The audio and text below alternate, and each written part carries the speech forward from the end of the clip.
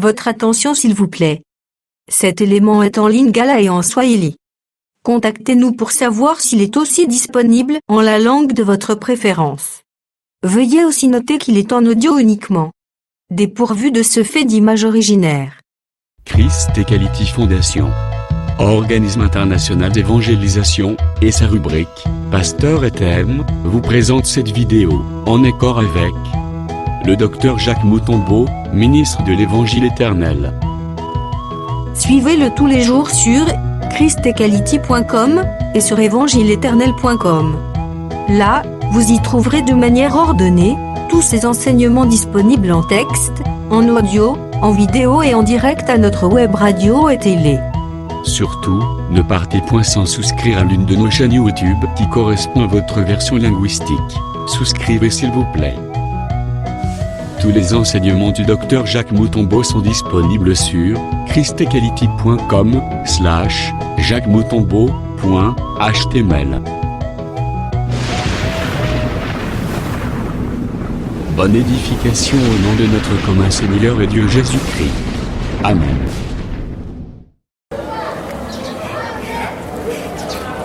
Exode chapitre 20, Kutoka shairi yake ya 20 verset 4. mstari yake ya 4. Tu ne te feras point d'image taillée, Hautanifanyishia kamwe mapicha ni de représentation quelconque des choses qui sont en haut dans les cieux, au bionesho ya vitu vinakuya kule juu kumbingu, qui sont en bas sur la terre, au inakuya hapa pa dunia, et qui sont dans les eaux plus bas que la terre. au inakuya chini ya bahari. Tu ne te prosterneras point devant elles, Hautajinama mbele yayo et tu ne les serviras point. na hautaitumikia kama, Car moi, l'Éternel ton Dieu, kwani mimi wa milele Mungu wako je suis un Dieu jaloux, ninakuwa Mungu wa bwivu, qui punit l'iniquité des pères sur les enfants, ule anapiza makosa ya baba fika pa batoto jusqu'à la 3e et la 4e génération de ceux qui me haïssent. ya tatu dao ya ine kubale bananichukia. Exode toujours 20, verset 25. Kutoka paka sheria 12 mstari 25. Si tu m'élèves un autel de pierre, Kama unanifanyishia madhabahu ya mawe, tu ne le bâtiras point en pierre taillée. haustaifanya kuile mawe basha kuchongola. Car en passant ton ciseau sur la pierre, Wakati utapisha kipanga yako kisu yako pa mawe, tu la profaneras. utaiharabisha. Tozui 2 rois, Unabeba kitabu ya Wafalme wa Pili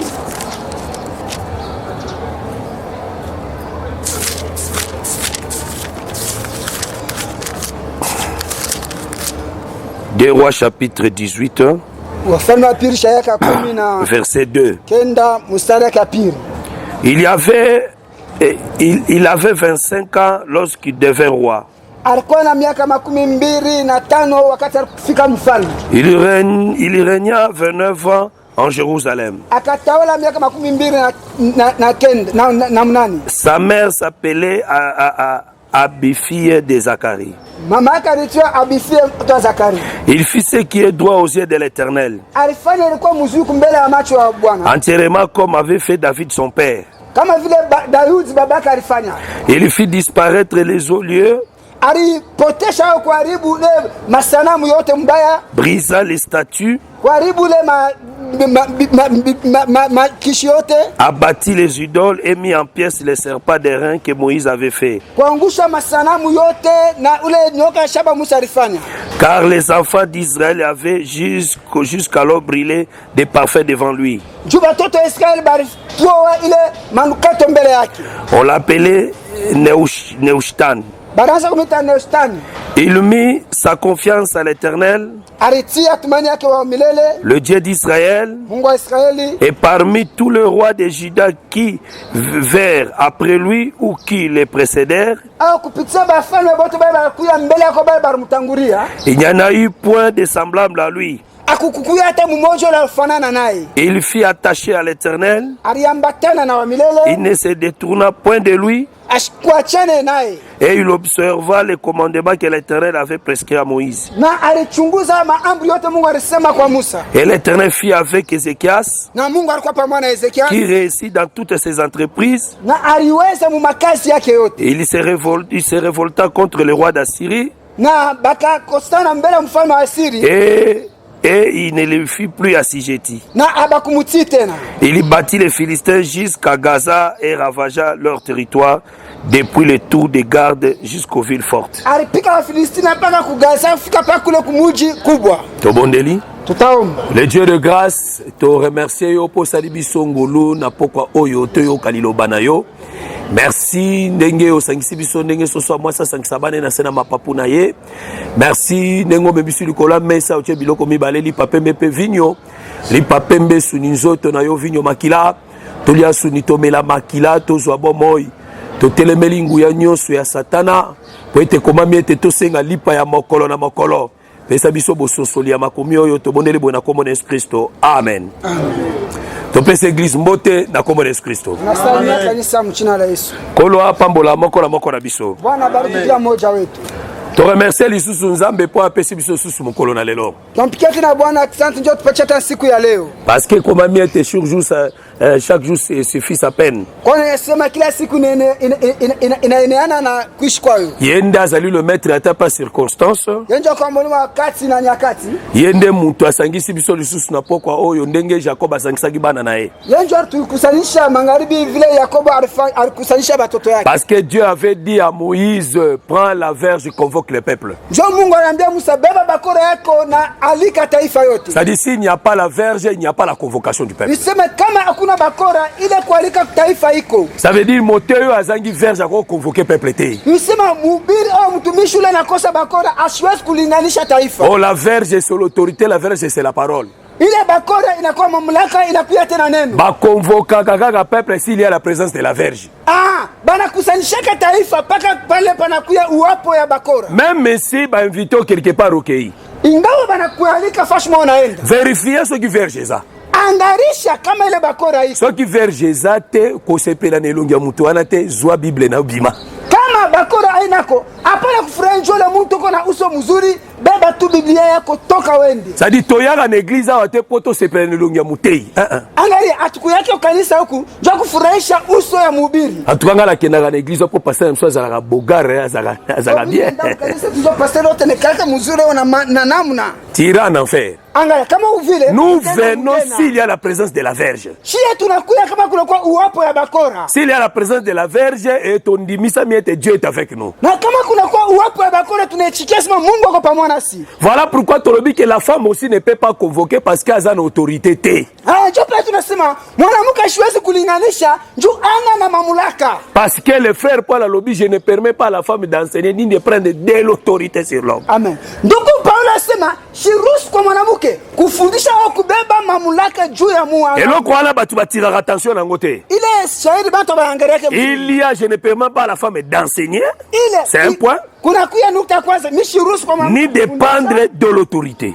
Ya pili au kubeba mamlaka. Ça dit dans la femme il y a deux choses au pôle qui se liées. Nisema ndani ya mwanamke mnakaa vitu. Akoki kuenseigner te, asiwezi kufundisha. Akoki kwa autorité te. Asiwezi kubeba mamlaka. Il y a des femmes bafandi afandi na kiti. Kuku wanawake wanaikana mubichi. Mote alobi pe moi ça côté awate. Mubiri asema mwanamke asiwezi kubeba. Mais moi ça lavana na kiti azo autorité na église. Na ule mwanamke anaikana mkichi. Una mamlaka. Apesa kama ordre. Inaleta maagizo. Omona motei, omona motei mukolo wana ya zo pamela batu papa na église. Unaona mhubiri anakuya zo bariki batu bulo kanisa. Parce que moi c'est à 3h du matin ça yebisa qui est déjà. Ile saa 3 ya usiku bibi yake ashaka mwambie. Lolenge église etambolanga na osepena nango. Una vile kanisa unaiongoza. Omitiki penza. Unajiachilia tu hivi. Ba mondelio. Bana kutawala. Surtout frère Jean. Ingawa ngapeza za soki na monie. Mimi nakaka mimi naona. Apesa ngakana. Anipacheka kishila. Yo faut benga naye. Oui, unapasha. Là tu deviens Akab dirigé par Jézabel. Amen. Pale unakuya Akab ule Jézabel anaongoza. Ce n'est pas Jézabel qui dirigeait Israël physiquement comme ça. Haiko Jézabel ndio anaanza kuongoza Israeli hivi mkimwili. Mutoba nako bimazo diriger Israël ezaki Akab. Mtu la anaanza kutoka ndio kuongoza Israeli. Mais mutoba nako zo ba décision ya pays, c'était Jézabel. Ule anaanza kusema mipango minene ya nchi. Bazebelawa. beko ba mingi. C'est la femme qui dirige l'église. Ni mwanamke ndio anaongoza. C'est la femme qui prend de l'autorité à l'église. Mwanamke ndio anabeba mamlaka kwa kanisa. Voilà pourquoi Ndio kwa maana nous dans l'évangile, yeye mkanisa mwenzi. sœur à cause la protocole était. Dada ashwezi kushimama kumbele ya Mungu. Parce que musala protocole ezali musala ya autorité. Ndio kuingisha bantu kupatia bantu fashi ni mamlaka. Fandawa. Oh, dada. Olingo boy aibisha ozo kwa ndini fandawa. Hazo imposé. C'est l'œuvre de l'homme. Nasema ile ni kazi ya mwanaume. Amen. Amen. Amen. Donc ça veut dire Ni kusema nous dans l'église, si comme la femme n'a pas l'autorité, la verge, à quoi convoquer peuple té. Là où la femme prend l'autorité, ce n'est pas l'église du Seigneur. Là où la femme enseigne, ce n'est pas l'église du Seigneur. Est-ce que tu es inibasi? Au contraire de tolingi ne bango po basangola bokosa likolo. Bato peza balingaka ba ser ba bika ezaka biso. Amen. Bala bato bapenda badada ba okolewe lishie. Poto lingi ba kene li felote. Ah, ay to penda ke bende ku. C'est ça l'amour que on likolo ba ser. Jole mapendo tuneka no juu ya. Soki moteya tindio bandoteya. Kama mubina kutubesa. C'est à lingaka yota lingo kene li felo. Nisema ashipenda ka wenje. Soki moteya zotika o dirija ke église. Kama mubina yako jo ngosa. Alingo kene felo. Anapenda onde kungena. Toza pe na posa ya amen na yeza la sauver. Anga tukuna amu na nafsi yako yokolewe. Amen. Amen. Voilà pourquoi. Ndio kwa maana. Omona so mote moka pesho gloire. Ngaka mubiri mo kupacha utukufu. Ah ba pasteur Emmanuel na ba docteur Jacques bazo amburia kabiso. Oh ba docteur Jacques ba pasteur Emmanuel tuvurusha. Na sa moyo kozwa na yo gloire. Angara chini ya hii jua utapata na yo kembo. Utapata ne utukufu heshima. Lakini yote mwisho yote tena mungena. C'est ça. Ndio vile. Amen. Hein? Amen. Voilà pourquoi to pambolié po yende musangisi ya solo. Oh, la verge, c'est toute une personne, c'est le Seigneur Jésus. Oh, la verge, c'est Jésus, tenez tout le bango 5 lettres, mais c'est la parole.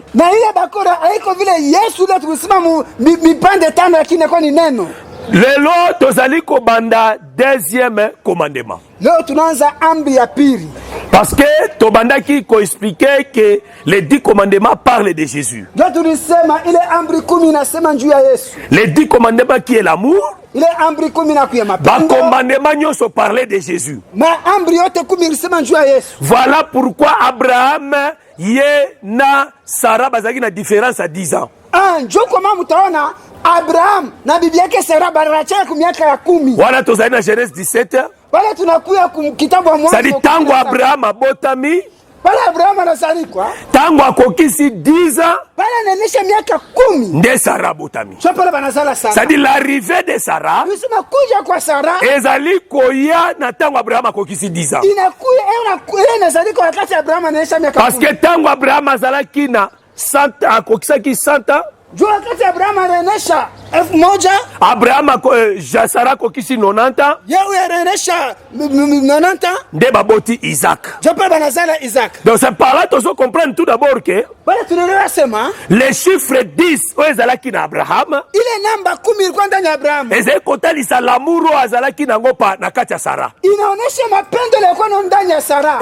Tozo avancer sur potolo ba isusu boye. Hapa tunachofa tena njoo kusema. Soko tangi Genèse 23. Kama unasoma tena Mwanzo sheria kama 23. Abraham Sarah kufi na âge ya 127 ans. Sarah alikufa mwile miaka 127 ans. Zamba cha biloko wala pamba te. Angalia mu Biblia Mungu ashikwa kile bible. Tozo linga to existe binoke eloko moko te na écriture obwaka yango. Tunapenda unyeshe sema hakuna teki momu mianjiko yutesku ile. Atoko bina place intel agendra. Danga ngo frère. Hata kama unafika mwile fashi bana simu ma chronique. Asima fulani rizala fulani, fulani rizala fulani. Soma yo haina buche. Sokyo tangite kama usome. Ozana difficulté à compréhension. Utakuwa na kigumu ya kuelewa. Talabate ya groupe de prière. Angaraba ubira ma. Soka tangi na Samuel chapitre 1. Kama unasoma Samuel kwanza sheria kwanza. Oh là-bas on n'a pas cité le nom des enfants de Pénina. Unaona pale tunasoma abaseme njina batoto ya Pénina. On a cité seulement les enfants de Rachel. Hapa banasema tu batoto ya Rachel. Et les enfants de Anne plutôt. Batoto ya Anne. Bien aimé. Mpendwa. Hey. On va citer tes enfants, frère. batatai na wewe batoto yako Ceux qui te combattent. bale banakukombani Bakosite bala na bango te. abasitatai batoto yako Mais soko zongi na Chronique 4. kama unarudia mwile mambo ya siku Batanga bana ya kombo ya Penina. balisema mjina batoto ya Penina Mais batanga ya Ane te. lakini ana bakuitaye Neska Bible kumi makasi. japo ile Biblia inakuwa nguvu sana Soko zongi les écritures. kama unarudia mu mianjiko Wana zina lineta che. una akibeba anabeba kanasha kaneka njoo anaanza kutafuta tena kuangarisha So Bible kobele kilo. pale Biblia inakuwa bushito Pona nini? njoo nini Po aligi kotanga ba généalogie te. asipende kusoma ile kuzalika vile Azomona ngweza ampetema. yani unasema keni kupitisha wakati Remarquez. muone Sarah akufi na âge ya 127 ans. Sara alikufa mwenye miaka 127 Na moment wana Abraham akomaki na 137 ans. na ile miaka Abraham anaisha 137 Otango Sarah akufi wakati Sara alifa na âge ya 127 ans. wala mwile miaka 127 La Bible dit ceci. nasema hivi Na Genèse 25. mwile mwanzo wa shaka 25 Isaac abali Rebeka na âge ya 40 ans. Isaac alioa Rebeka mwile miaka 40 Zambache bilo wala pambate. aina bula Na âge ya 40 ans. mwile miaka 40 Nde Isaac abali Rebeka. kwa pale Isaac anaenda kuoa Rebeka Ah, ça veut dire ni kusema lokola Abraham abotaki Isaac na âge ya 100 ans. vile Abraham alizala Isaac mwile miaka 1000 Tango Sarah azokufa Isaac automatiquement Sarah azokufa na âge ya 127 ans Pale et Sarah- Abraham atotika na bombo na âge ya 137 ans. pale Sara anakufa mwile miaka 127 na Abraham anabakia mwile miaka 137 ans Et automatiquement Isaac tango mama na azokufa akufa atika Isaac na âge ya 37 ans. na pale C'est ça, non? pale mama yake anakufa aliacha Isaac mwile miaka ya 37 ans Yo bandai kokima kura mathématique na classe. angalia wewe pale unaanza kufunza unaanza kimbia masomo Senge komi kura mathématique okimi. kama ni mambo ya matematiki unakimbia Ezongi na Bible. yo inaturudiria mu Biblia ile Parce que na Bible mathématique bezali. njoo Biblia ile najifunza matematiki kwa Est-ce qu'on a ramala? C'est-à-dire soko za mathématicien te okoyeba kosala na calcul wana te. kama na mtu amehesabu haustaelewa kufanya hivi kwa cha Alors ça veut dire tango Isaac tango Sarah azokufa inakuwa wakati Sara anakufa Isaac azotikala na âge ya 37 ans. Isaac anabakia mwile miaka 37 Ça veut dire mama na akufi mama yake anakufa Isaac âgé ya 37 ans. Isaac mwile miaka 37 Mais na Genèse 25 verset 1 mwile kitabu ya mwanzo shara 25 Isaac na âge ya 40 ans nde abali Sarah abali Rebeka. Isaac mwile miaka 40 njoo na Sara C'est-à-dire na liwa ya mama na ye sema kisha kifo tango mama na akufi pale mama yake anakufa après 3 ans kisha miaka 3 nde Isaac azwi mwasi ya kobala. pale Isaac anaoa Eza pa bate frère. haiko bule Mais uzokumisa nzambe sikoyo. lakini utabariki Mungu apisa Parce que mutu apesa biso makambo eza nzambe frère. jo Mungu atupatie mtu atupatie bintu ni Mungu Ça veut dire ni kusema Abraham tango abotami wakati Abraham alizarikwa tango azokikisa âge ya 10 ans pale anaisha miaka 10 nde Sarah azoya. jo pale Sara Ah, ça dit Abraham âgé de 10 ans sema Abraham miaka 10 na sima ya 10 ans nde tomona la présence de Sarah. kisha miaka 10 jo tunaona kuzalika Oh, Abraham l'âge âgé à 10 ans c'est la loi. Abraham ile miaka 10 Parce que ba chiffre nyonso banda na 1 tina esika yango esukela chiffre akobebisa na Bible eza te. angalia manamba watu kwanza kumwanzo kufika mpaka na kule naishia ile haiwezi kutosha haiko Moni batene batega non moni les chiffres 11 ezali chiffre ya imperfection, voilà pourquoi non les chiffres 11 c'est les chiffres de la grâce. amen vile banasibaka namba ya 11 ni yaka ya kutosha hapa ile ni namba ya neema Est-ce que bala? Parce que Jacob jo Yakobo tango aboti bana ne 10 bana nazala batoto wake 10 Ribeti na oyo avant Joseph aya Ruben kufika papa ule Joseph alifuata na banda 10 fils azalaki toujours na ndako ya Laban. kwanza batoto bote 10 alikuwa pa kunyumba ya Labani. Mais tango Joseph abotami, Bale Joseph alizarikwa. Jacob alobi en tout cas na kotika sura ndako ya Labani. Yakobo asa hapa misa za. C'est-à-dire l'arrivée de Joseph ne sala qui était Jacob abima na boumbu ya Labani. Ni usema kuzarikwa kwa Joseph ndio fake Yakobo atoka mnyumba ya On Labani. les 10 fils de Jacob étaient les 10 paroles de la loi. Batoto 10 ya Yakobo inaashika ile sheria ambayo Oyo yezalaki kaka esclave pa Labani. ile alikuwa pa mtumwa kwa Labani. Joseph comme 11e fils, Joseph kwa vile mtoto wa 11 c'est la grâce. ni neema. Parce que l'arrivée de Joseph, Kuya kwa Joseph. Dezo salake, Jacob abima na boumbu. Yakobo atoke mu butumwa. Oh Joseph frère, Na Joseph nduku azalaka mwana moko ya Jacob. yani kapa mtoto mwaya ya Yakobo. Jacob abota bana belete. Angalia Yakobo abota na mwana moko. Amen. Yakobo alikuwa na Na Genèse 37 verset 1. Mwanzo shaya 37. Voici la postérité de Jacob. Muone kizazi ya Yakobo. Joseph âgé de 17 ans. Point barre. Banaanza. Joseph mwile miaka fulani banaweka. Donc ça veut dire la postérité de Jacob et Sarandé, Joseph âgé de 17 ans. Amen. Sema kizazi ya Yakobo inataka ni Joseph mwile miaka. Voilà pourquoi, comme il était son fils unique, le fils bien-aimé, abota na vieillesse na ye. Voilà pourquoi linga qui est mingi koleka ba frère na ye. Ndi asalela qui est latinique à plusieurs couleurs. Oh, les 10 fils qui viennent avant, et image à ma prophète. Mais l'enfant le bien-aimé, c'est Joseph qui est le Seigneur Jésus. Oyo Jacob alinga qui est koleka bana na nyoso. D'asalela qui est tinique à plusieurs couleurs. Oh, tinique à plusieurs couleurs, c'était l'esprit. Oyo Jésus falagalata. Voici mon fils bien-aimé à qui j'ai mis toute mon affection. En réalité, Joseph, il était le fils unique du père. Comme aussi Abraham. Abraham a dit le fils unique. Mais avant Isaac, c'était l'arrivée. Il y a Ismaël. Oh, à Ismaël, c'était l'image de la loi. Par rapport à Galates chapitre 4. Ismaël, c'est le mont Sinaï. C'était la loi. Ça veut dire, tango Isaac Azoya, et l'amour d'Abraham était à Isaac. Voilà pourquoi Dieu lui avait dit, Isaac azali mwana oyo lingaka mingi. On est ma prophète nyos. Mwana oyo prophète onzamba lingaka mingi, c'était le Seigneur Jésus. Yenda tchaki na kata ba affection nyos. Voilà pourquoi l'arrivée de Joseph qui est le Seigneur Jésus, Ndezali la délivrance du peuple. Est-ce que vous avez madame?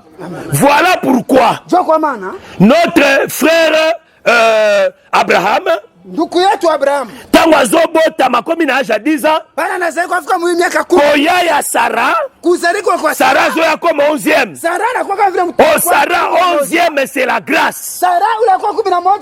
Parce que Sarah a aussi l'image de Christ, frère. Parce que Sarah, c'est une mère. Par rapport à Matthieu 23, verset 37, Israël, chaque fois que Sabino, Bino Bolinga quitté. Ah, ça dit Jésus a se présenté dans Israël comme une mère. Yende Sarah véritable. Est-ce qu'on est madame? Yende Sarah solo frère. Na ebisho solo soki Abraham apambola maki na Egypte ezala ki pona Sarah. Angalia, mimi nakwambia bia kweli kama Abraham alibarikiwa mu Misri, njoo Sarah. Parce que Sarah zaki mwasi kitoko. Njoo Sarah kwa bibi mzuri. Une belle femme. Bibi wa urembo. Donc ce qui Abraham a pas en Égypte. C'était à cause de Sarah. Sarah pour Sarah zaki mwasi kitoko. Oh, en réalité Sarah on est à la rendre Joseph frère. Ce qui Israël a pas en Égypte, Pharaon lingaki Israël, c'était à cause de Joseph. Israël barikiwa mu Misri, njoo Mungu Pharaon panda Sarah njoo Joseph. Le bas calme frère. ozo bunda makao mibala ozo bunda na yo moko ozo comprendre. Amen. Amen. Amen. Parce que la beauté de Sarah, Buzuri ya Sarah, c'était la beauté de Joseph. ilikuwa ni buzuri ya Joseph. La beauté tozolobeze longo yote. Buzuri tunasema haina sura. La beauté c'est l'interprétation, frère. Buzuri ni mafasirio. Ya wala moté inabine face à la bogar. Angalia nchopele mhubiri wewe unapasha kuwa mzuri. So moté aza kitoko te fo benga naye. Angalia kama mhubiri ana mzuri, umfukushi. Amen. Amen. Moté face à kitoko. Mhubiri anapasha kuwa mzuri. So aza mobali kitoko te fo benga naye. Angalia kama ana mwanaume mzuri, mumfukushi. Sinon te bongoliga te ba pasteur wa bilongi gugua. Ndio Musa penda ba pasteur ba manchu shako alabika uso shako. Or kitoko nazolo bezande interprétation de la parole. Angalia buzuri mimi nasema ni kufasiria kwa miaka. Moté ina nzoto bakoza kitoko mesoka zoteya aza kufinga batu. Angalia mhubiri hata kwa mumwili eko mzuri kama anahubiri ni kuchambua. Aza vilain. Ni mtu wa mgeni. Parce que la beauté c'est la parole. Jua buzuri ni neno. En parlant, nous disons que Joseph, Hapa ndio tunasema Joseph. c'était l'image de Christ. Alikuwa picha ya Kristo. Yende Sarah. Yanjo Sarah. Soki Nzambe a frappaki Égypte, Kama Mungu alipika Misri. a frappaki Pharaon na baple, Alipika Farao na Biblia. ezali parce que Pharaon asimbaki Sarah. Igwanju Faraoni alikamata Sarah. Otozolobake, Na tunasema soki Israël ezalaki frappé, kama Israeli ilipikwa c'est parce que batouchaki Sarah babobie. ni njo baliua Sarah. Parce que Pharaon kokouche kosimba Sarah ezali nde la destruction. Nisema ile hadi Sarah Farao alibamba Sarah inakuwa njo kuharabisha. Voilà pourquoi Njo kwa maana notre sœur Sarah, dada yetu Sarah c'est aussi l'image de Christ Jésus. anakuwa anapiga picha ya Bwana Yesu Kristo. Tangu ye azokufa, Pale anakufa, Isaac azotikala na âge ya 37 ans. Isaka anabakia mule miaka 37. Nzokande na âge ya 40 ans, Mwile kusema mwile miaka 40. il faut bamemela ye mwasi. Inapasha njo bamuletee bibi. Mais nani okende kozwile mwasi? Sasa nani atinda mubebea bibi? Le serviteur le plus ancien de la maison d'Abraham. Ule mtumishi wa mzee wa kukawa mnyumba ya Abraham. Oh, le serviteur le plus ancien de la maison d'Abraham ezalaki Eliezer te. Angalia. Amen. Ça c'est vrai. Mtumishi wa mzee wa mnyumba ya Abraham aikalaki Eliezer. Parce que Genèse 15, njo mwanzo Abraham azoloba ete Abraham anasema Eliezer de Damas, Eliezer wa Damas il est né dans ma maison. alizaliwa mnyumba ya Oh, tandis que le serviteur le plus ancien abotama na ndako Abraham te. mtumishi huyo wa mzee kabisa mnyumba ya Abraham ashikuzalika mnyumba yake. Ça veut dire Abraham azwaki comme son fils. Abraham arumbeba kama Parce qu'il est né dans sa maison. Oh, à cette époque, Abraham azalaki ni na Ismaël, Abraham ashikukuwa tena ni na Isaac. na Isaac. Ça doit être na ba serviteur. Alikuwa tunabafanya kazi. Azwaka malam. Ah, ça veut dire Eliezer azalaka mwana ya serviteur. Yusema Eliezer kama mtoto wa mtumishi. Oh, Eliezer, le serviteur le plus ancien. Na Eliezer kwa mtumishi wa Et plutôt, le serviteur le plus ancien de la maison d'Abraham, c'est Eliezer te. na mtumishi wa kukaa mnyumba Abraham ana Eliezer. Mais l'année qui dit désolé, les serviteurs les plus anciens, c'est-à-dire il y avait des anciens, lui il est le plus ancien. Yusema mnyumba Abraham ulikuwa bazee, lakini ule alikuwa mzee wa bazee. Ça veut dire Ezali plutôt les serviteurs abandonnent Abraham. Yusema ni mtumishi ule alianza na Abraham. Azala même origine na Abraham. Eko na mwanzisho kutokea. Oh, les serviteurs les plus anciens, la même origine, c'est le Saint-Esprit. Angalia mtumishi mmoja alikuwa na mwanzisho mwa ni Roho Mtakatifu. Parce que l'Esprit sonde tout même la profondeur de Dieu. Roho inapeleza kufunulia ile mahali yote ya roho. Oh, les serviteurs les plus anciens avaient la profondeur d'Abraham. Ule mtumishi wa mzee kabisa alikuwa na uketo ya Abraham. Voilà pourquoi yenda memaki Abraham, ça veut dire il a amené Abraham et son fils chez Rebecca. Ni yenjo alibeba Abraham na mtoto wake kwa Rebecca. Pourquoi zanga kombo? Nini alikoseka jina? Parce que Bible zanga na désordre te. Angalia Biblia ikake na mfuruko. Le Saint-Esprit n'a pas un nom frère. Angalia Roho Mtakatifu ikake na njia. Parce que tango Saint-Esprit akoya, Wakati Roho Mtakatifu akoloba pona ye côté. Sema juu yake pekee. Il parlera pour son chef. Sema juu mkubwa yake. Est-ce que malam? Amen. Ah, ça veut dire ici, les serviteurs les plus anciens n'a pas un nom. Parce qu'il ne parlera pas de lui-même. Son enseignement, c'est le Père et le Fils. Le Père et le Fils, c'est l'écriture avec son explication. Et il a descendu avec la richesse nyonso yandako Abraham. Oh, la maison d'Abraham, c'est le ciel. C'est-à-dire le serviteur le plus ancien, il est descendu avec le ciel sur la terre. Voilà pourquoi avant Aya Esegel nanu Sarah kufa asala 3 ans sima ya 3 ans de les serviteurs akeko luka mwasi. Oh, Ézéchiel 4 zoloba un jour est égal à une année. Ça dit les 3 ans parlent du 3 jours. C'est là que tango Sarah kufi qui est Jésus-Christ. Avant Saint-Esprit aya il faut nous 3 jours et là. Les 3 jours et là après la mort de Jésus, c'est la mort et la résurrection, frère. Est-ce que madame? Après la mort et la résurrection, ils allaient les 3 jours. Dès ma Saint-Esprit, pas qu'il ne là. Prince Mwasi. Parce que Isaac a le prince. Parce qu'Abraham il était le roi, frère. Mais dans l'écriture, dans Genèse 23, la Bible dit ceci. Banaya Kana. Babenga Abraham le prince. Oh, le prince c'est le roi. Isaac il était le prince. Madame? Voilà pourquoi les chiffres disent parle de la loi, parle de l'amour. Christ est celui la vrai amour, frère. Voilà pourquoi tu as les 10 commandements et vendu na ba tablette et salami na montagne. Oh, ezali ouvrage ya motote. Et salami na maboko ya motote. Et salami na maboko ya nzambe moko. Voilà pourquoi les véritables les 10 commandements tango ayaki abotama na nzela mwasi na mobali te.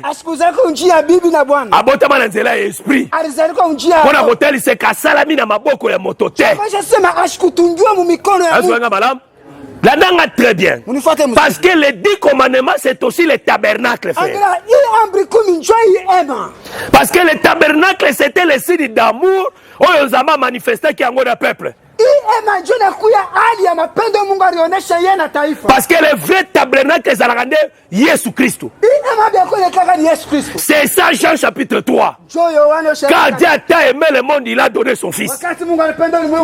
Son fils, c'est les 10 commandements. Son fils, c'est le tabernacle.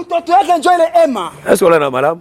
Elle en a très bien, frère. Par ici, toujours expliqué. Les 10 commandements, qui est Jésus-Christ, que tous les 10 parlent de lui-même. Aussi, tu as sur le premier commandement, tu as sur le deuxième commandement. Qui le Seigneur a reçu la biso grâce, tu as aussi dit sango. Aujourd'hui, nous avons monté Imoko. Era tuningai papa Emmanuel ozote anini. Asima ko pasteur Emmanuel na ubiri nini? Même si on a aussi le 10 commandements. Na mwambesa nini ubiri njwa amri 10. Alobi bon ba commandement ngope bezana ngope za gravité hein. Asema ile ba amri 10 nyewe aina kushutusha. Amoni écriture lobi tu ne tueras point. Unaona miandiko sema ustaua. Ah bon tu ne tueras point bozaka okobomate hein. Sema ustaua. Ngana msi ete frère. Mimi nasema pana nduku. Keba. Fanye keba angi. Eza Liboulou à Mosindo. Il est là quoi une jimu ya murefu. Tu ne tueras point. Austaua. Ah mais toi aussi ça ngo Bible bobima. Kama tunaanza tutaisha Biblia mzima. Oh kasi expliquer ngana muke. Oh uniambie ko tu kidogo. Toka na expliquer. Bale mnaanza mukamatia. Vous avez raison docteur. Unakola sheria. Vous en avez bien. Asema il ne faut pas minimiser les critiques. Angale apana kubeula tu bianjiko na isoma hivi. Est-ce que nga madame? Il faut pas qu'on minimise. En réalité, la pensée de Dieu est cachée dans les 10 commandements.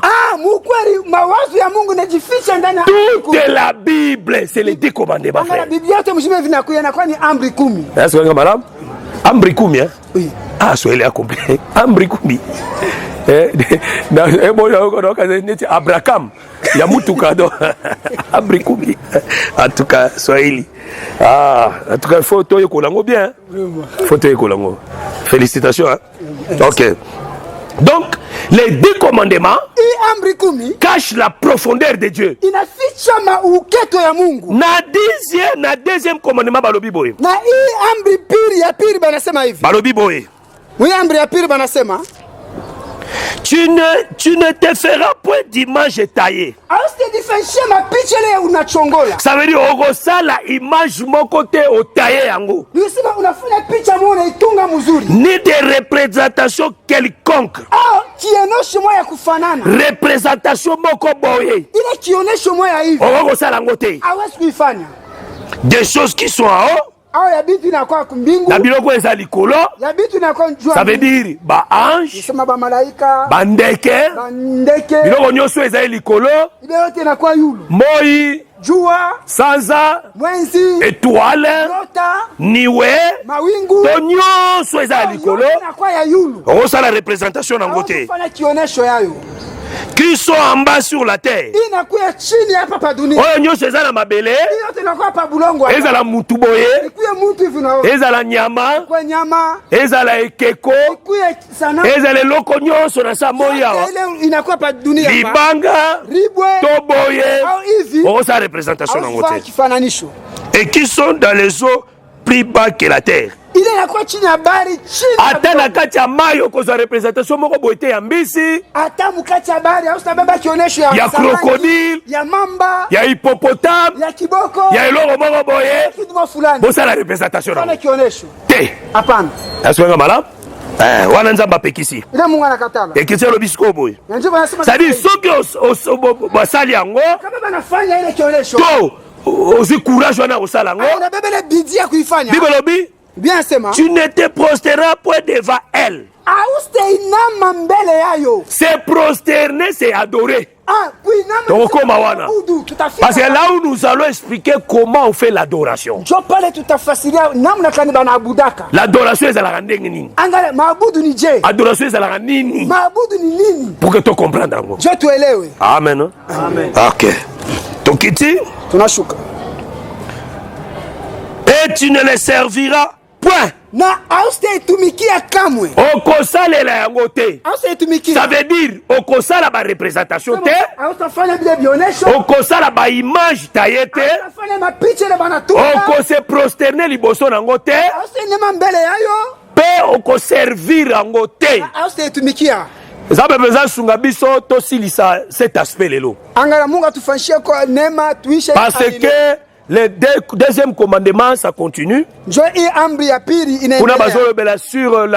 l'iniquité, première, deuxième, troisième génération jusqu'à la 4e génération. Et qui n'ont qu'à la miséricorde naïe jusqu'à 1000 générations. Là, Tokosimba cet aspect les dimanches. Parce que nous faisons les efforts pour topper ça rien que la pensée. Parce qu'en réalité, ceux qui présentent Tolobi, na lobi présent na vanda.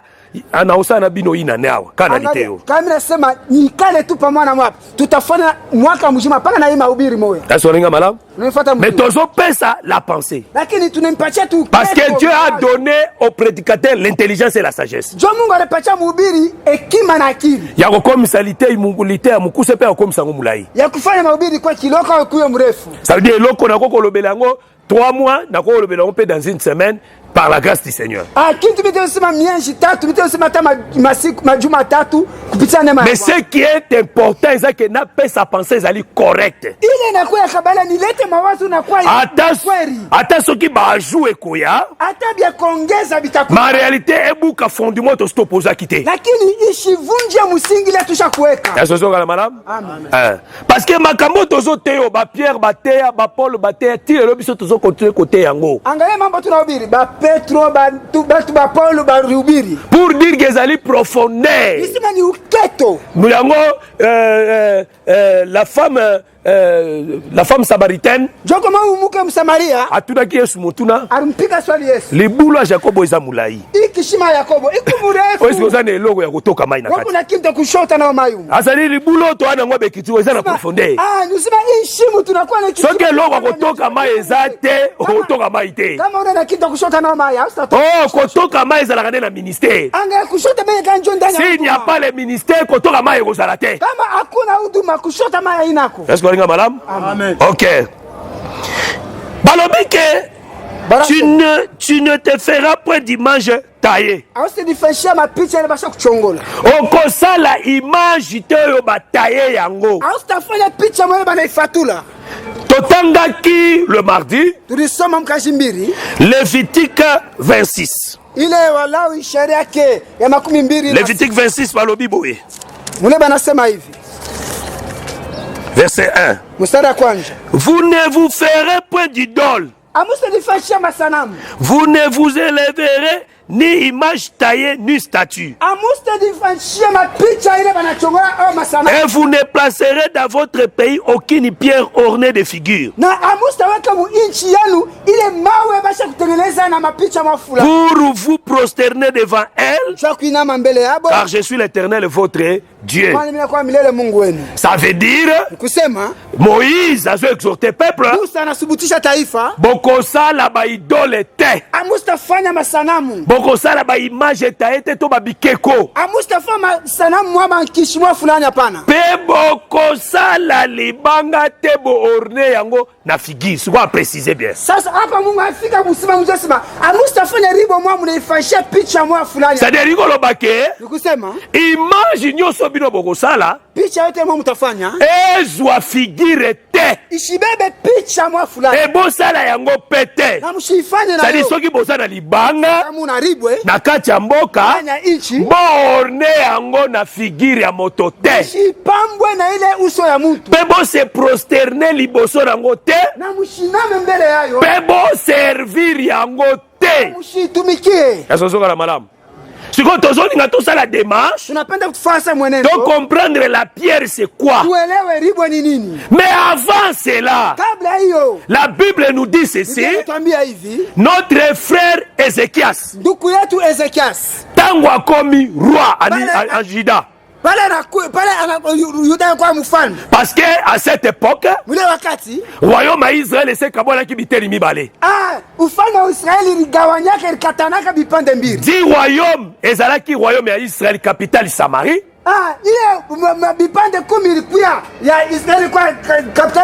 Royaume mibale ya Juda na Benjamin comme qui royaume ya Juda capitale Jérusalem. Parce que Benjamin yazalaka na Juda sikamoko. Parce que tango père après ça qui Benjamin na baboko ya Juda za une assurance te ceux qui bakei pe bakozonga.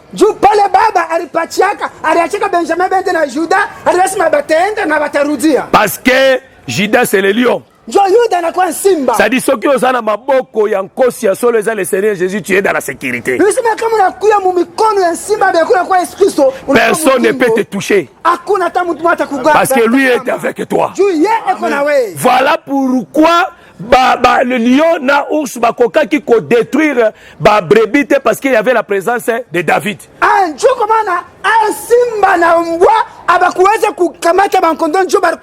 Bango bazalaki ba faux. Boba alikuwa vitu ya bongo. Faux lion na faux ours. Nilisema simba ya bongo na mbwa ya bongo. David ndazalaki vrai lion na vrai ours. Na Daudi ndio alikuwa simba ya bongo na mbwa mtu wa Parce que David azalaka pe ours. Na Daudi alikuwa mbwa mtu wa bongo. Azalaka lion te. Asikati paka simba. Azalaka pe ours. Alikati mbwa. Parce que David par rapport à tribu, il vient de la tribu de Juda, c'est un lion.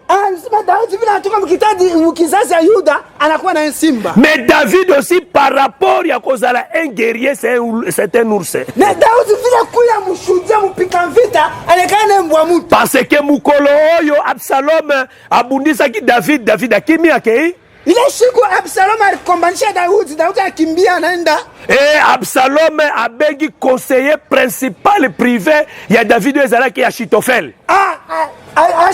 Absalom aliita ule mshauri wa kweli wa Daudi alikuwa Achitophel. Achitophel apesi plan pour détruire David. Na Achitophel alileta mawazo ndio kuharibu Daudi. Mais lakini motema Absalom ezeka sûreté.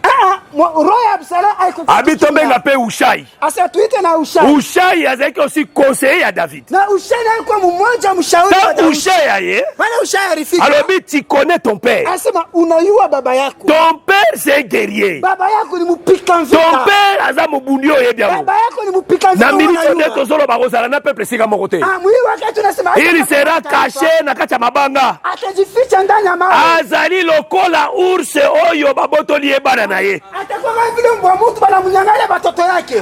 Ça veut dire David azalaka lion, David azalaka ours. Sima Daudi anakuweka simba eko tena. Biloko wana eza na tina frère. Anga ile vitu vyote iko. Parce que si le diable a la forme ya lion, kama shetani yako mu le lion véritable a terrassé. Si le diable a la forme ya ours, le véritable ours a détruire. Abongo ebiteke na Apocalypse 13. La bête azalaka lion, azalaka pe ours. Même dans Daniel chapitre 7, les 4 animaux sont bibanamai. Il y avait lion, il y avait lopin, il y avait aussi ours. Voilà pourquoi lion na ours bazo kangampate. C'est l'image de Goliath, frère. C'est l'image de Goliath.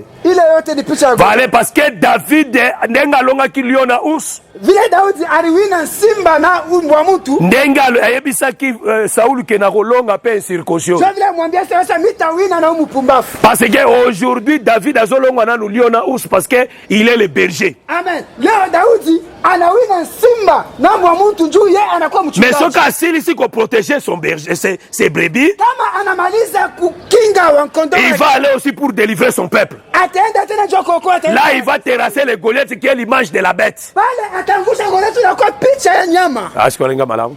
Hapo mnanifuata mzuri. Amen. Ba mama ça va? Ba mama mnashikia. Toyo kana est-ce que bozola nanga bien? Ou bien nazo ke mbangu mingi nazo tambola mbangu na naza Esaú na tambola na ba guerrier.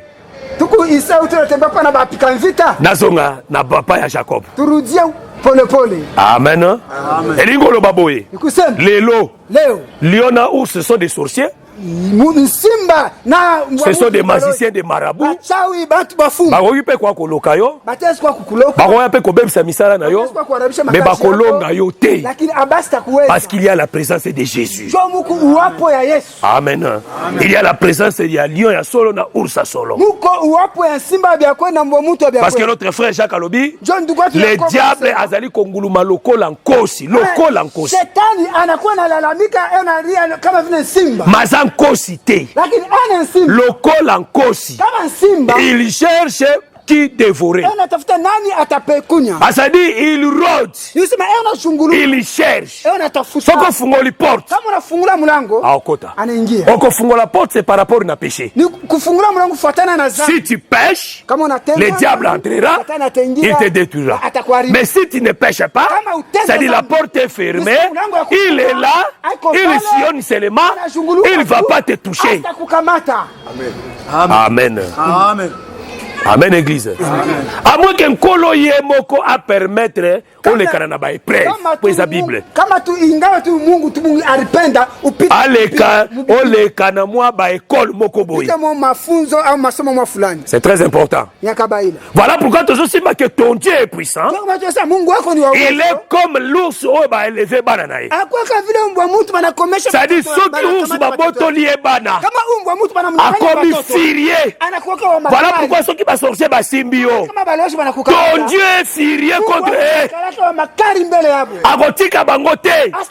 A ko détruire bango. Mais yo kobele la moto te pour tumba bango.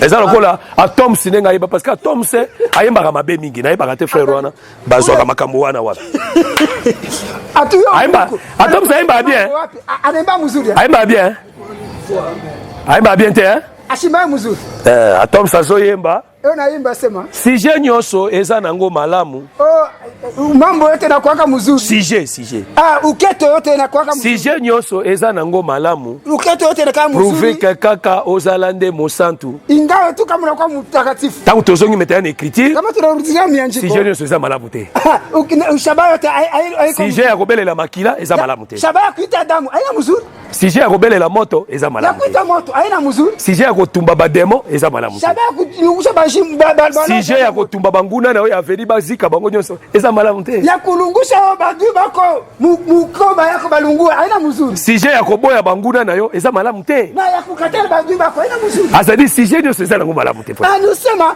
shaba yote haiko muzuri ta l'évangile eza kitoko frère bala moko soko oyembaka nzembo wana bongo na butema frère oyemba mabe angalia kama unaimbaka mwimbo badilisha njo unaimbaka mubaya oyemba mabe mingi uliimba mubaya sana atuka ifo utikamo inapasha yachi tambola kama lembe tokokoma tambola kama lembe tembea tu pole pole tutafika mais soko zongi na bible bi racheter les temps quand les jours sont mauvais lakini kama unakutambua Biblia sio mkomboa wakati ndio masiku na kwa mubaya bala moge kwei sinzemo na onction diabolique ndio c'est kwei na ile upako yote ya mubaya ya shetani inaanguka on exode 12 na Pâques kutoka sheria 12 mshuka na Pâques parce que qu'on fêtait Pâques lelo eza diabolique angalia kufanya Pasaka leo ni kishetani bao bazo fêtango bazo sala communion na diable bale banafanya leo banafanya ushirika na shetani bazo yozaline bazo sala ba culte diabolique banafanya maibada ya satana baza ko célébrer ba messe noire na bango bo banafanya ile mamisa ya ba mubaya bazali repere ya ba animo empire nyoso bo banakuya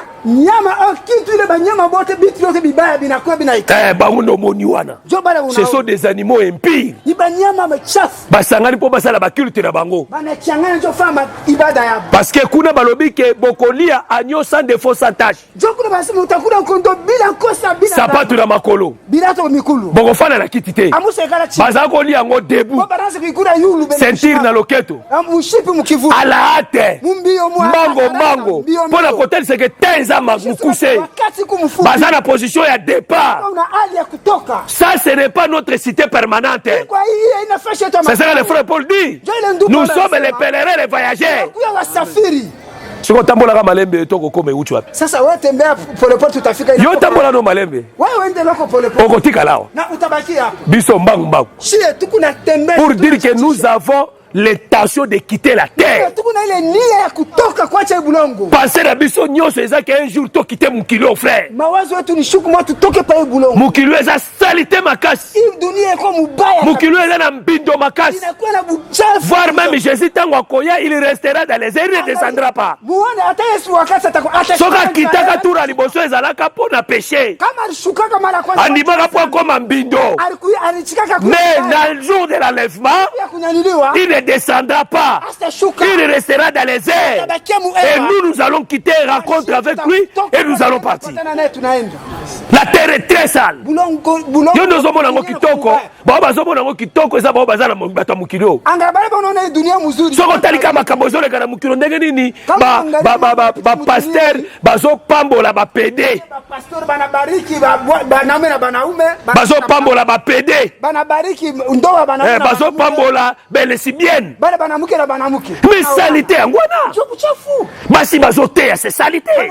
Banamuke banahubiri. Ni buchafu. C'est buchafu. Amen. Amen. Nous devons quitter ce monde. Oh, pour quitter ce monde, nous devons manger la vraie parole. C'est la vraie parole de Rosana qui est quitter. Est-ce que vous avez malade? Amen. Ça veut dire nous devons expliquer que Ézéchias azalaki roi na Juda. Oh, avant ye.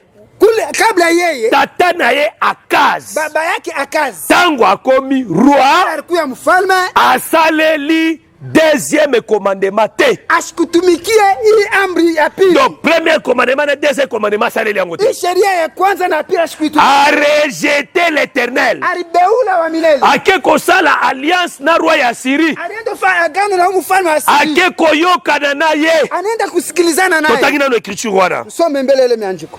Oye ba pate ebele bazosala. Ile ba pasteur mingi bana. Ebele bazosala ngolelo. Ba pasteur mingi banafanya. Tozwi des rois. Tunabeba kitabu wa pili wa wafalme. Deux rois chapitre 16. Wafalme wa pili sheria 16. Verset nango 12. Mstari 12. Okitamuke. À son arrivée de Damas, kufika kwake kule Damas, le roi vit l'autel, s'en approcha et il monta. Mfalme akaona mazabao akakaribia na akapanda kule. Il fit brûler son holocauste et son offrande. Akachoma kule sadaka yake. Verset 15.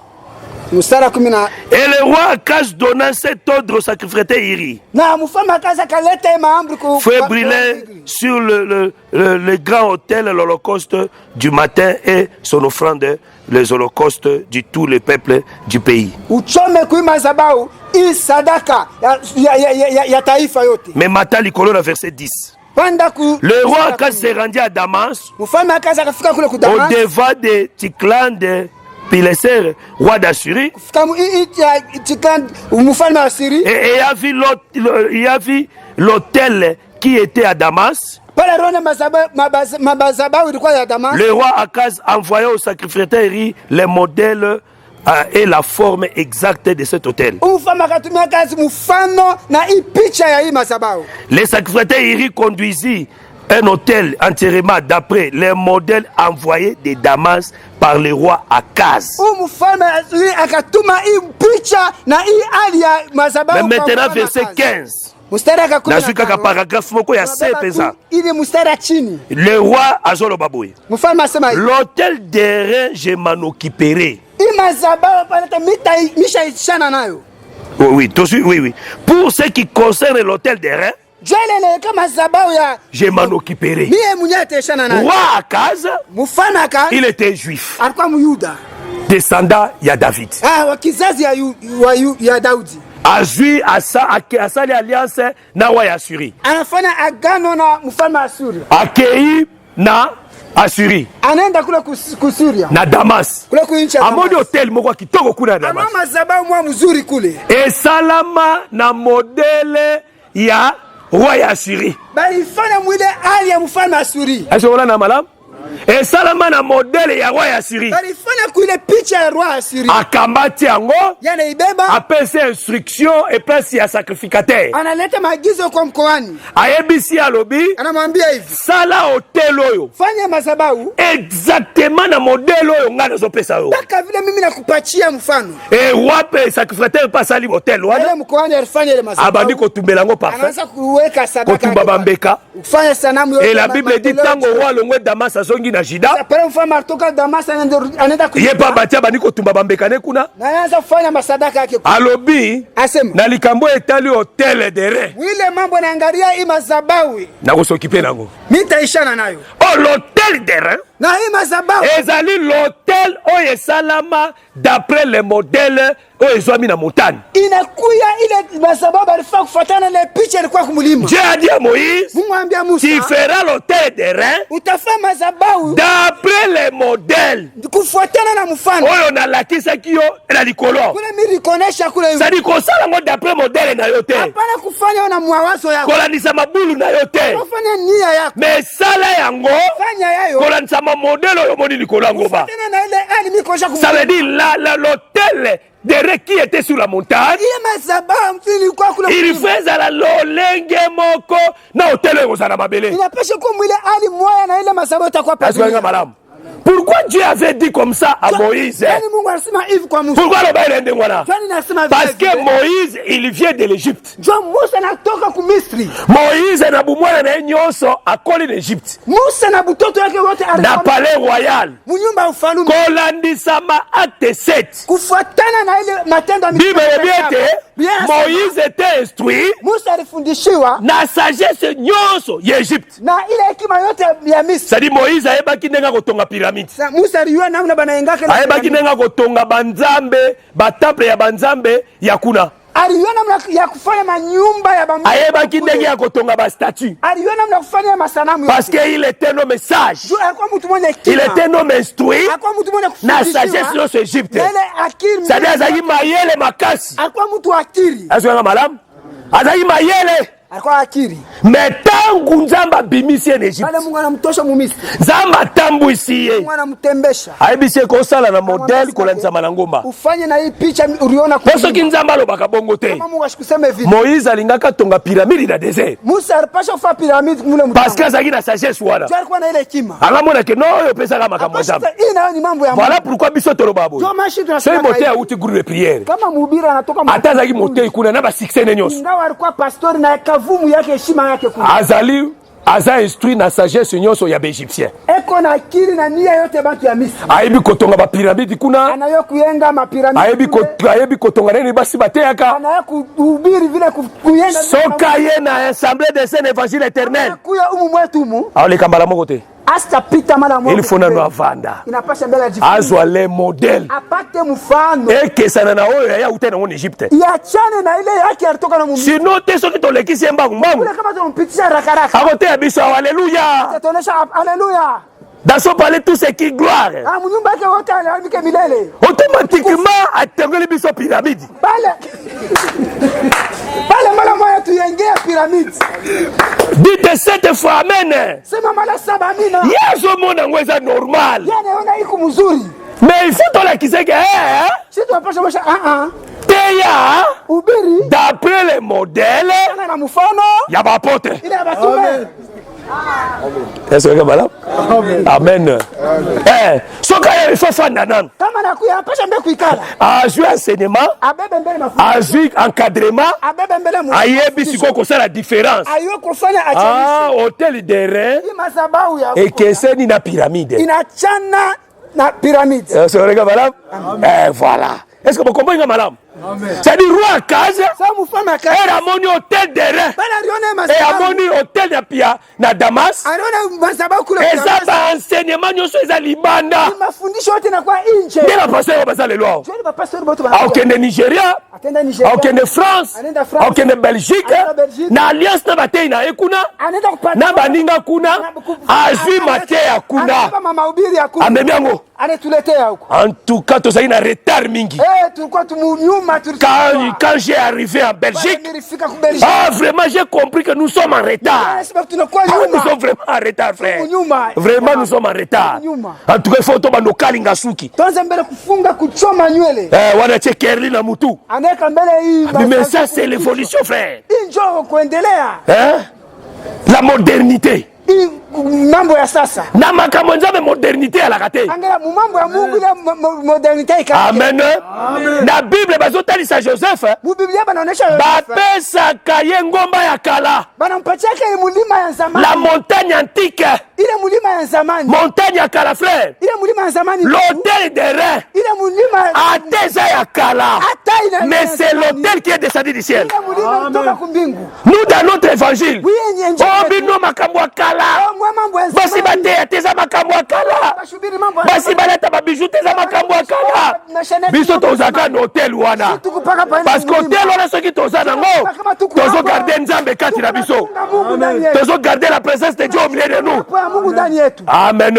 C'est-à-dire soki torejete cet hôtel tozwi bahotel ya banation tobenga na nzambe kati na biso tokobenda kanda ya nzambe kati na biso soki tobendi kanda ya nzambe kati na biso il va nous détruire. Oh, la destruction, la colère de Dieu sur nous, c'est le jugement. Ok, pour que tous allez échapper le jugement, tous allez bilula lulate. Et le konza babanote mena Israël, tous allez bilula lulate.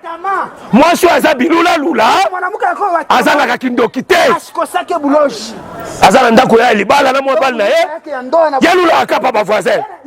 Yalula akapa si misusu kuna. Contactez de ce que vous avez. L'enseignement de notre frère Jean-David et notre frère Jean-Baptiste. Contactez de ce que vous avez. C'est Jésus. C'est la parole. Contactez de la parole que tu as. Mukilate monio nuni. Mukilate monio ke makaboza na ngweza ya kala. Mais Nzamba mona yo tu es en train de garder son alliance. Tu es en train de marcher avec lui. Amen. Et avait dit matin atolia que ça matin à sikate. Matin atolia que ça matin à kala. Et ça a sikate. Parce que lui lobby. Ce qui mane quoi. Premier jour na 6e jour. Na 6e jour ba kolokota ba omer mi balé. 7e jour mane ko quoi à terre. Comme ba teti bazanga kate. Ba boy kozwa nourriture ya 6e jour. Bakere na 7e jour po baluka nourriture. Lokola bakozwa te. Ba créer ba nourriture na bango. Biso toliaka nourriture ya 6e jour. Oh, la nourriture ya 6e jour. L'homme 6 c'est Moïse. Nous mangeons la loi, les prophètes et les psaumes, frères. Interprété na 7e jour. Amen. Amen. Ça veut dire, à toquer na Damas, c'est pas Syrien. Au monde n'est pas ça la culte. Au monde n'est pas célébrer. Comme on a assemblée de 7 ans. Biso to un évangile atique. Évangile à Kala depuis Bantoma. Yango to ana ngoti lelo. To solité msite to kotao. Oh papa monité. Oh baba one. Tuka kuna bazo sala ngo bien. Ata sango alobi ke Yesu aza Nzambe. Ata sango alobi ke Jésus c'est l'agneau de Dieu. Ngala kondima te po sango alobi. Ngala kondima po ekiti nde lobi. Oh moni pe sango pa zondima Yesu aza Nzambe. Mais sango aboki mama Maria te. Sango aboki ke kwa Maria te. Est-ce que malade? C'est-à-dire garder la vraie parole, marcher dans la sainteté. Cet acte attira la colère de Dieu à frapper Akaz. Nazo yele kosuki sa pona robake. Tango Ezekias a comme roi. Na place ya tata na ye. Akoti na ta aye. Era koti na bokozi. Première chose. Kokwa isa ba oli nyos. Bastati nyos. Parce que tala ki la loi. Ceux qui moni batu bazo respecter la parole était. Parce qu'ils ne lisent pas la loi. Ils ne lisent pas les Écritures. Si tu lis les Écritures, tu vas marcher conformément aux Écritures. Tant qu'il y a Tanguy, Amoni ke kokanité, Abanjo détruit nyos, ba oli nyos, ba hôtel nyos, na hôtel uteki na Damas, a Pikoli yango, le temple était fermé, a fourni les cultes, d'émission solo, les temples à la capolée, les s'il y a la vraie parole. On m'a dit l'église nyosoto. Mopanga, Babranamiste, Mode Bakagami, Nyoso wana, Ezali ba temple fermé. Amen. Parce qu'il n'y a pas la doctrine. Oh. Amen. Ce sont des temples fermés. Angalia ni mahekalu yenye Dieu n'est pas là-bas. Mungu anakuja. Il n'y a pas de sacrificateurs. Hamuna mkoani. Il n'y a pas les choses de Dieu. Hamuna vitu ya Mungu. Ce sont des temples fermés. Mahekalu yenye kufunga. Il n'y a pas la doctrine des apôtres. Hamuna mafundisho. Soki biso toye. Kama sisi tunakuja. Tolongoli Mopanga. Tunatosha Mopanga. Tolongoli Branham. Tunatosha Branham. Totie Yesu. Tunaweka Yesu. Totie doctrine. Tunaweka msingi. Temple fungwami. Ibada. C'est-à-dire culte bandi. So ibada. Si lelo nde bazala bazala na culte te. Vile timu mpaka sasa abaikaleke na misa. Culte ya te. Abaikaleke na misa. Voilà Ézéchias. Joko maana Ezekiel. Tango azoya. Bana risika. Il va ouvrir. Atafungula. Akofongola biloko nyonso. Atafungula vitu. La Bible dit ceci. Anasema hivi. Wata moko te. Mfano tamo. Oyo yeke ava Ézéchias. Sia mbele yake. Noya ye après ye. Kisha yeye. Moko takokela na ye. Hakuna mtu leo. Ah, ça veut dire Ézéchias. Ezekiel. Alekaki baroba yake ava ye.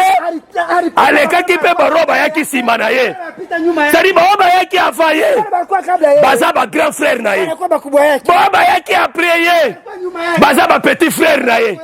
Ye azali koleka bango nyonso. Bapita bote. Véritable Ézéchias frère. Kesa vya kwa ndugu. C'est le Seigneur Jésus. Amen. Parce que Jésus, Yende, Judée solo. Genèse 49, Mwanzo verset 8. Jacob a prophétisé Judée à l'Obiboy. Jacob anatabiri Yuda anasema. Les fils de ton père mtoto wa baba yako. se prosterneront devant toi. Watoto wa baba yako batainama mbele yako. Tes frères, Banduku yako. bakopesa yo ba hommage. Batakupatia ile. Oh, Judée c'est quatrième. Yuda anakuwa mtoto. Ça dit Judée c'est l'adoration. Judée avait les 3 frères. Il avait aussi les 8 frères. Ça dit Judée c'est katikati. Bande kone bako se procéder liboso na ye. Pe bako pesa ye ba hommage. Véritable Judée. Eza nde Yesu Christo.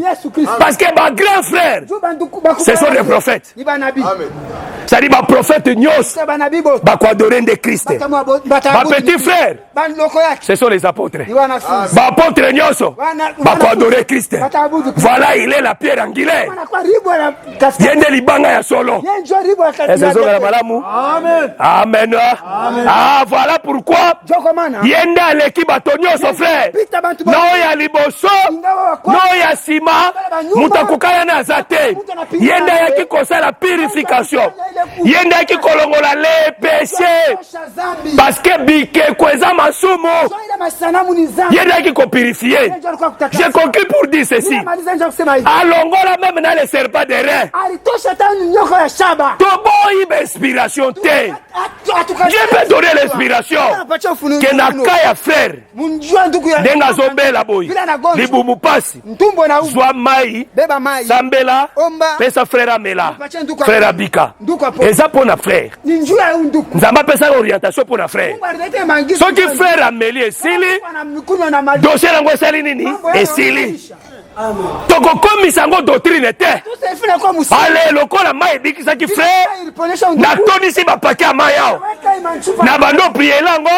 Ale somba chupa moya 2000 francs. Qui a $100 s'il boit cette eau ici, il sera purifié. C'est un commerçant. On a fait la maison de Karamai. Azu ba client na ya ofele na église. Ata bo pesa mno bo offrande de thé. Mai ka ko ateki wana. Azu mo gwebele. C'est un actionnaire. C'est un grand commerçant. Serre pas derrière ce que l'on va m'abêter. Israël a péché. Asumuki. Zamatini ba serpent brillant. Et soit bango. Zamba indiqué Moïse. Sala le serpent brillant. Moïse a le serpent derrière. Atomo lango na perche. Na moment wana. Dieu était dans le serpent derrière. Dieu était là. Parce que c'était le temps où Dieu a inspiré Moïse. Mais tant bato batali le serpent babiki na nsima ya bato kobika serpent nzambe alongwela kati eza esu te. Soko récupéré yango obandi kotambola nango, c'est l'idolâtrie. C'est l'idolâtrie. Amen, Église. Amen. C'est ce qu'Israël avait fait. Mais Ézéchias s'est envoyé. C'est la purification du temple. Voilà pourquoi les jours d'Ézéchias se sont loyaki. Il est entré dans le temple. Akuti ba commerçant. Akuti ba changer la monnaie. Amengani bango nyoso. Il était venu purifier le temple. Voilà pourquoi aujourd'hui aussi, Jésus veut te purifier. Il veut te purifier, frère. Parce que le temple, c'est aussi toi. Nyoso eza impureté na kati na yo. Ye comme véritable Ézéchias. Akolongola yango. Soki batiaki babiloka mabe na kati na yo, Jésus est capable d'ôter ça. Azala makoki akolongola yo. Alongola na bosoto nyoso. Okoma paix-toi. Okoma le lieu d'adoration. Okoma sujet pour que Nzamba bana ko adoraka na kati na yo. Que le Seigneur vous bénisse. Nyoso ezala qui a malédiction. Nyoso ezala qui a impureté. Il y a quelqu'un qui est capable de changer ta situation. Il y a quelqu'un qui est capable d'enlever ça. C'est le véritable Ézéchias. Il est le supérieur de tout le monde. Que le Seigneur vous bénisse. Tout est mis pour la prière.